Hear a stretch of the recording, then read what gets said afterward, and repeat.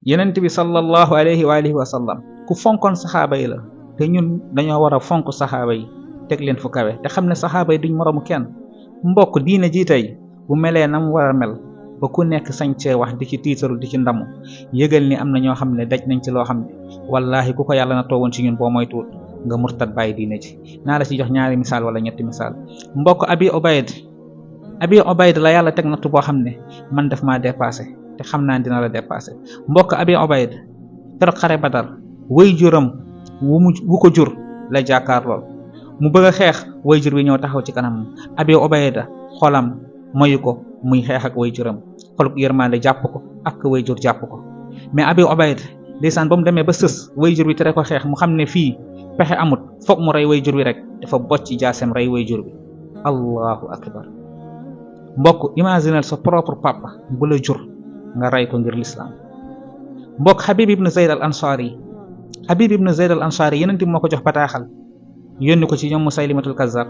mbokk xam nga ni ñu def Habib dañ koo jàpp ngir rek weddi la ko yonent bi mu bañ ñu jàpp ko ndeysaan di daggati yaram bi dogit par dogit ba ni ruwam tàkkali koowee ak jëmm yeewu loxo yi sukkal ko jël jaasi di dagg comme ku tiim sa ndawal di ko saam. subhanallah nii lañ def Habib ibn Zayd. mbokk gis nga Bilal lim doon daj ci naaj bu tàng wa ci doj yañ doon teg ci kawam ci yaramam wañ doon ñaas.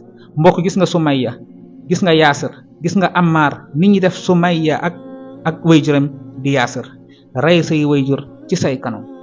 allahu akbar. mbokk Musab ibnu Umayr amul lu papam ak yaayam amul woon ci alal amul luñ ko dul woon defal. Musab ibnu Umayr keroog ba mu duggee ci lislaam lépp lañ dagg defalatuñ ko dara ba muy gàddaay Yonent bi di ko yebal Medina ngir mu jàngale fa alquran amul dara lu mu yóbbaale. ba muy faatu jullit ñi amaguñ doole amaguñ koom luñ muuree jëmmam ci sax amuñ ko ndeysaan ay xobi garab lañ mujjee mottalee tànk yi te fii sa papa la woon lu ne mu ko doon am.